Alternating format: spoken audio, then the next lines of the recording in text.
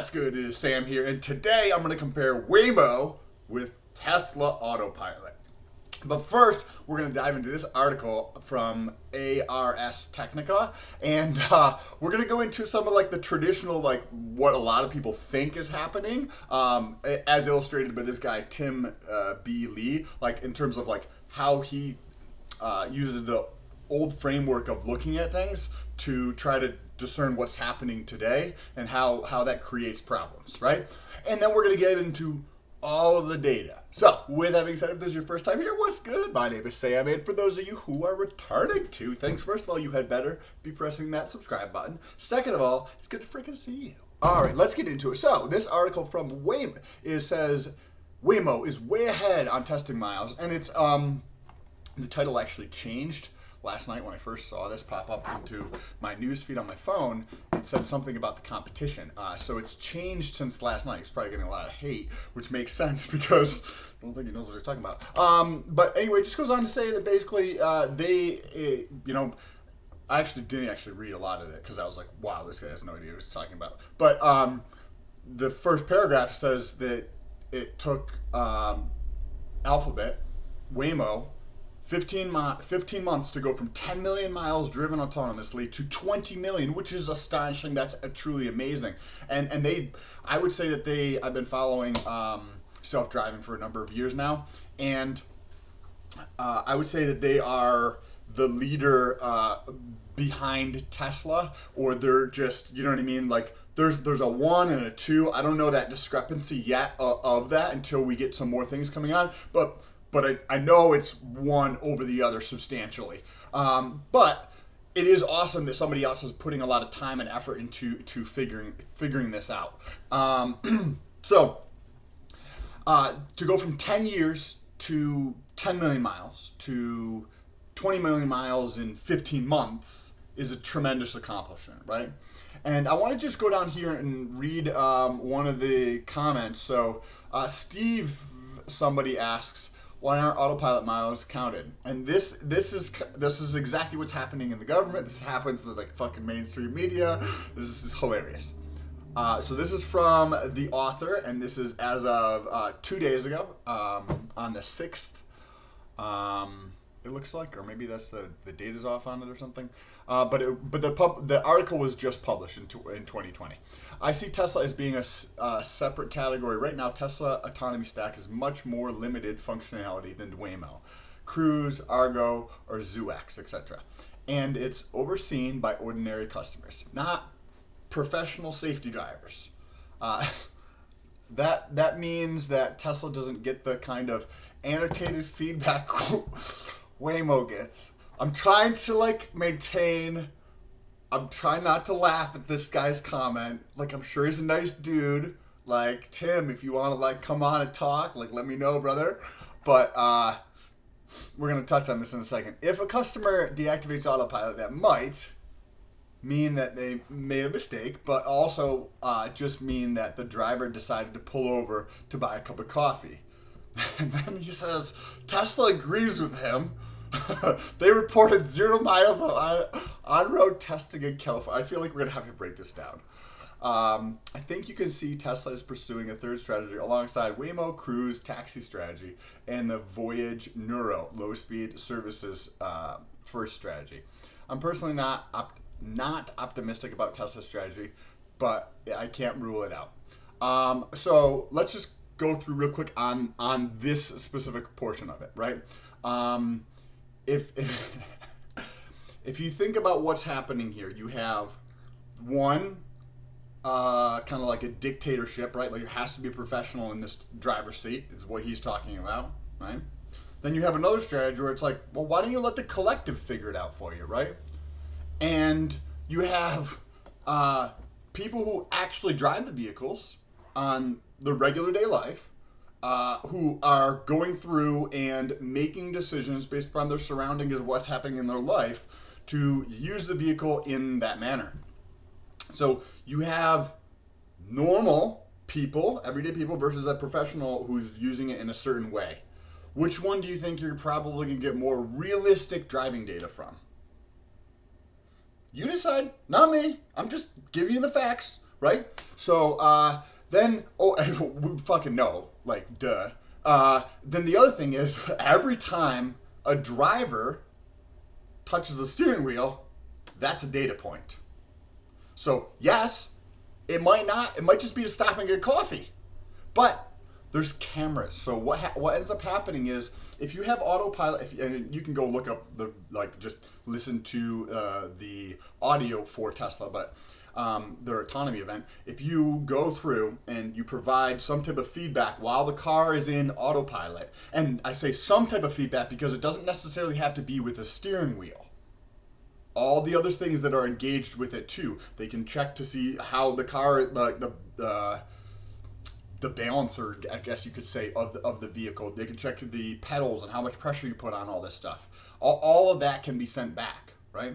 So if you were to just take the steering wheel, for example, and it's in autopilot, and you take it out of autopilot, then that can be sent. That gets sent back, and they're coming out with this actual dojo software computer that teaches the AI itself. So you don't necessarily need annotators, because that's the bottleneck with this, right? Like, if you're just trying to pay people to fucking do things, people are paying Tesla to give them their data. There's a big difference there, right? A huge difference. And we're going to get into the cars in a second, but to go through and think that like one is better than the other, I get the understanding of that, but you just need a big enough flock of data to be able to feed the machine. So every time anybody touches the steering wheel and takes it out of autopilot is predicting this, and the person took it out, right? So those get sent back, and they can get batched together. So say if they took it out and there's a little bit of video clip, like a couple seconds before and a second or so after, right? And it sees that there was a Dunkin' Donuts, for your example, right? Then it could be like, hey, pull over any time that this happens or something, and you can go across all these different vehicles to pull footage that looked exactly like this to determine what's happening. Same thing if it's a curb. So you have this curb, right, that maybe is indistinguishable because the road is very, very light colored and the curb is very light colored, so you couldn't tell the difference on that. And there was just a tiny little bit of a shadow difference. So that goes back, right, because the car was about to predict it to hit the curb. When I take it out, take control of the car, that data can get sent back to Tesla. Tesla can be like, hey, what other instances, and it asks the system for this, whenever somebody touches it, we want to find other pieces of data like this from the hundreds of thousands of vehicles that are out there driving using Tesla autopilot every day in their normal life. There's no professional driver there to gather this data. And then you, instead of have several hundred or several thousand vehicles that are gathering this data in a very limited geographic regions, you have all across the country and all over the world who are gathering there. Maybe then there's one in Arizona where there's a curb, right? And it's similar to the one out here in Massachusetts. And then there's one in New York. And they're all across the country. So that very quickly you can get to several million data points where like there's just a subtle difference between the road and the curb. That's the data the AI needs to get better, right? That's what Google's looking for here. And there's a big difference in how the data is collected and the quantity of the data. So let's jump into Waymo's valuation first. So this is according to somebody at Morgan Stanley, guy Brian Nowak. And he says that Waymo is worth about $105 billion, right? Kind of interesting. And then we come down here, and this is from Business Insider, and this is from Jefferies, which is an investment research brokerage house. Last time I had checked, I applied for jobs there as an investment banker a long time ago. And they have the valuation at $250 billion, but the top from Morgan Stanley is going to be the most realistic from the standpoint that it is 3 months ago, where the other one is about a year and 1 month away. So you figure somewhere in that neighborhood of 100 billion to maybe 250 billion, depending on who you ask and whatnot, right? Because Jefferies has it much higher, Morgan Stanley has it lower. You could take an average, right? But somewhere in that neighborhood, right? And Google Waymo actually puts out their their Waymo safety report. So you have different things when it comes to safety, right? Everybody thinks about the driving safety, but there's also like crash safety, right? Like the actual vehicle safety, right? But we're going to touch on that in a second. If you remember back to late 2000 or in early 2018 when the I-Pace was just coming out, Waymo, it says, was reported to have ordered 20,000 or the ability to purchase 20,000. So is that going to happen? They might have just bought an option to be able to purchase them in the future. Like, hey, we'll buy 1,000 of those, and then we want to be able to buy the next 19,000 if we like what we're doing, right? And we'll give you, some monetary amount for that. It's called, like, you can figure that exact amount out through options pricing theory and stuff. But we don't know what's happening. We do know that the I-Pace isn't really fucking selling. But there's also an order from, I don't remember when this was. The dates on here looks like it was also in mid-2018, where this is from the Chrysler Pacifica. And Waymo announced that it had ordered 62,000 of these, where they come equipped with the safety stuff, right? Like, it's got LiDAR on the top of it, all this other computing power, things on the fenders here. I'm sure there's plenty of other stuff that we don't realize. The inside of them is probably customized to some degree or another. And Waymo ordered 62,000. So we'll assume, right? And then they had about 600 vehicles on the road, right? So we'll assume that you have 82,000 vehicles on the road, and we'll add in another 8,000, right? Which is way over what they actually had on the road and they had been reporting. So what are you at? 90,000 vehicles on the road. That's amazing. That's cool, right? To gather data in certain geographic specific locations around the country, that some of this stuff can hopefully be applied. The learnings here will be able to be applied across all of the country, right? But the real quality is in the real world data, right? You're not going to see like a fucking pickaxe fly out of the back of a truck when it hits a bump and swing into the windshield every day. Most people will never see that. But I bet it does happen every once in a while. And when you have more data points, right, 90,000 vehicles, you can capture those things. But let's now talk about Tesla for a moment. So, as I mentioned earlier, you have multiple different facets of safety. Right? You want to make sure the AI is safe, but you also want to make sure the 3,000 pound fucking death machine you're traveling in is also safe, right? So you could get into an accident in this, right? Or you can get into an accident in a Tesla, and according to the National Highway Traffic Safety Association, I think, or administration, you have the Model 3 achieving the lowest probability of injury out of any vehicle they have ever tested, right?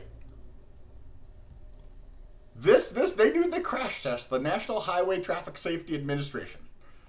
Tesla's the safest, and the next closest, it looks like it's more than double, meaning the probability of injury in a Model 3 relative to the next closest, the probability is cut in about half. So basically, it's the safest car on the road.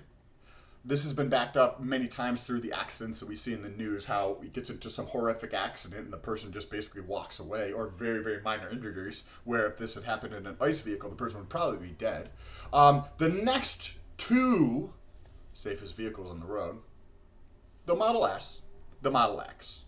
Okay. So we have the Pacifica, Jaguar R-Pace, which I don't know the safety data on, right? Could be super safe too, but hasn't beaten Tesla according to the National Traffic Safety Administration.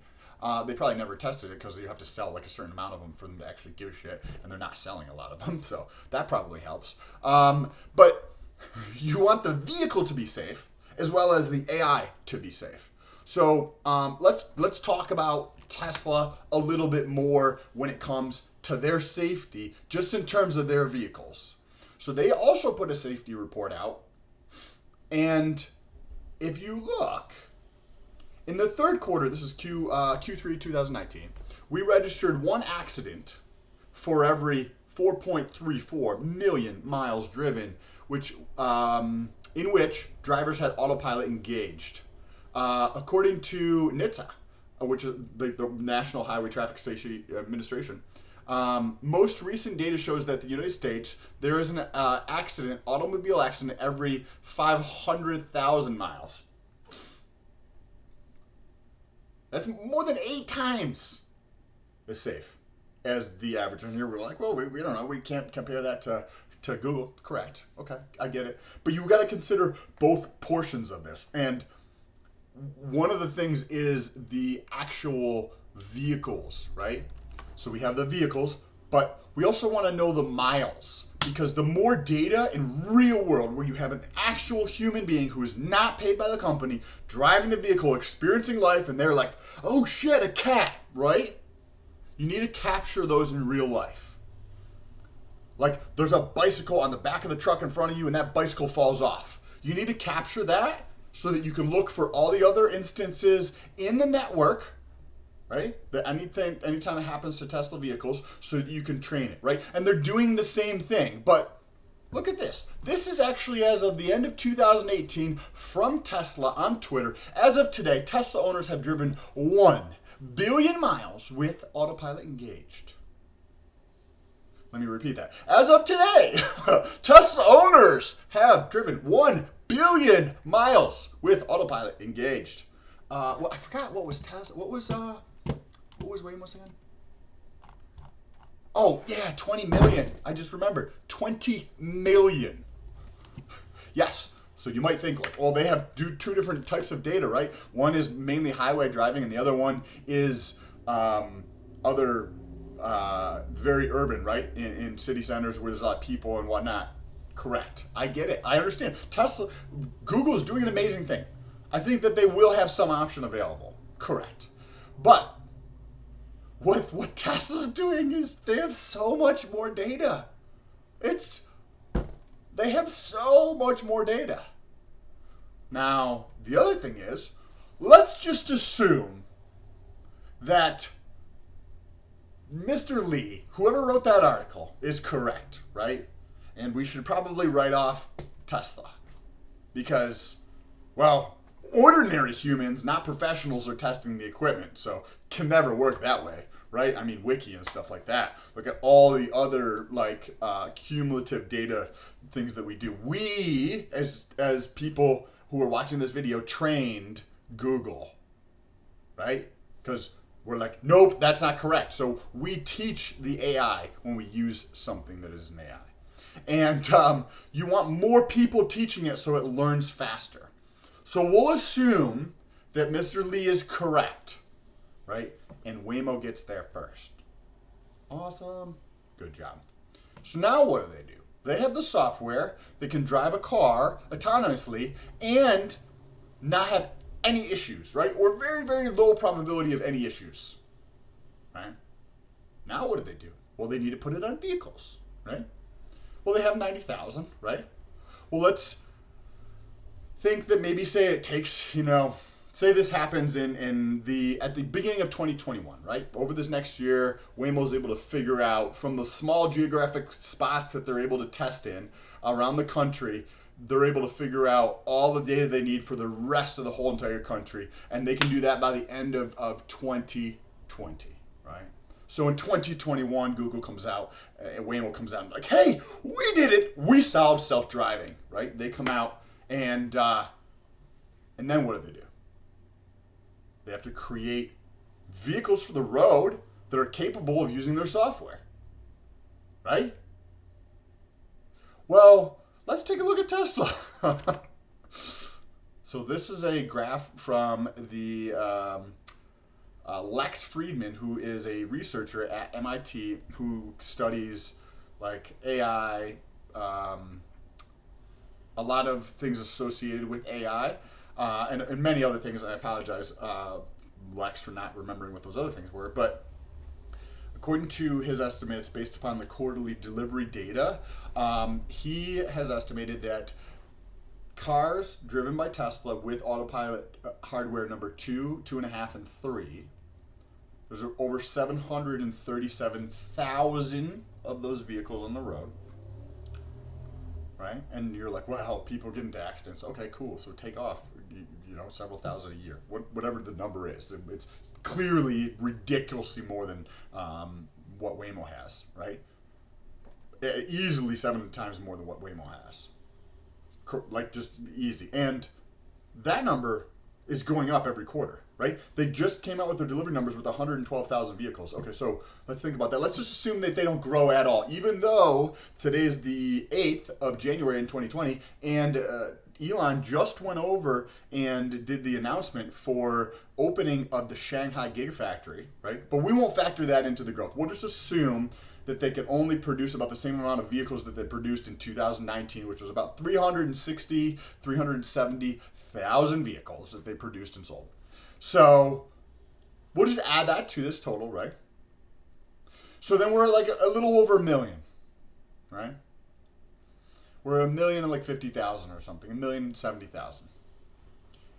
And that's assuming if we took off 40,000, we'll just say 40,000 got into crashes or accidents or whatever, right? So we'll leave ourselves at 1 million vehicles. And what Elon has said is that they're going to be feature complete basically with the beta as of the end of 2019. I don't know. He's a little optimistic with his time frames, but he said by the end of 2020, it should be like out, be able to, the car should just be able to drive itself by the end of 2020. So let's put them at 2022, right? The end of 2021. We'll say he's a year behind. But what they're doing is a little bit different. So they've got the high speed, right? The expressway stuff down pretty decently. There's still plenty of opportunity. And then they got stuff like Smart Summon, which is like parking lot data. And if you look at or you just listen to their earnings calls and whatnot, when they turned on Smart Summon, they had like 1 million, because then that data can get sent back to Tesla so that it can make it better, right? So that's why you get these software updates. I've had like 4 software updates and I've had my Tesla in the last like 3 weeks. The pace of iteration is actually happening faster. So they get the slow speed in a parking lot, they get the fast speed, and now there's a convergence between those two, right? My car recognizes stoplights and stop signs. It doesn't stop for them yet, but you can see the light change in the car from green to red, yellow, or you can see the stop sign, the cones on the side of the road. Yes, very primitive, very. There's still a ridiculous amount of opportunity for it to get better. I agree. But you have 1 million people testing it for you.